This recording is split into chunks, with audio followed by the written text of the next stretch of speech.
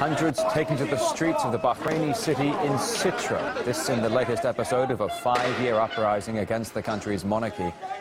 The protests resulted in clashes with riot police who used tear gas. This comes only a day after 23 opposition protesters were convicted on terrorism-related charges following another demonstration. Now, calls for independence are getting louder on the French island of Corsica, where the separatists have formed a government following unprecedented gains in regional elections. Their new leader, Jean-Guy Talamoni, is said to have close links to the island's violent National Liberation Front of Corsica, considered to be terrorists by Paris. Daniel Bushell has more.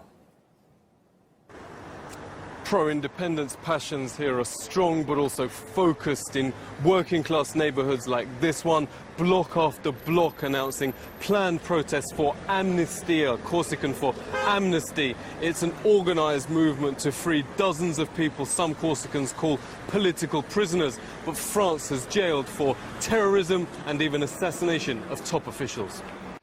Controversial figures like Yvan Colonna. French authorities jailed him in 2003 for assassinating their top official on the island. But many locals still consider Colonna a separatist hero, fighting what they label French occupation. Last month, Colonna's former lawyer caused a political earthquake by triumphing in elections. Gilles Simeoni formed what's referred to as the first national government of Corsica since the 18th century. Back then, before the French invasion, this island set up what's described as the world's first modern democracy, reportedly inspiring America's founding fathers. Now Simeoni pledges if Corsicans want independence, no one will stop them. This man says the continent, as islanders call France, discriminates Corsicans in all walks of life, not least choosing continentals for local jobs.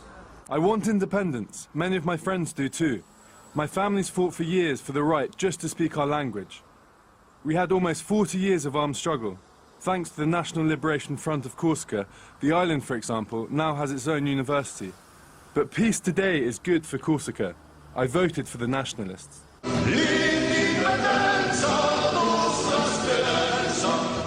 Paris considers groups like the National Liberation Front of Corsica to be terrorists, but they say they've renounced violence and are now pushing for independence through the ballot box. Polls show 2 in 3 Corsicans want a referendum on independence.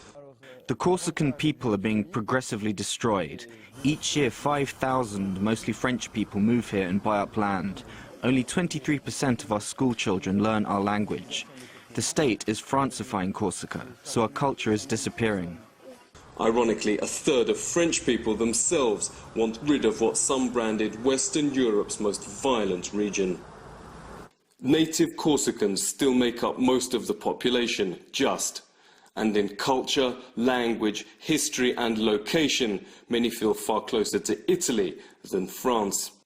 The French tricolour takes a back seat to the island's proud Moor's Head, dubbed a symbol of struggle against foreign domination. But as Catalan and Scottish nationalists recently discovered, winning elections is easier than winning independence.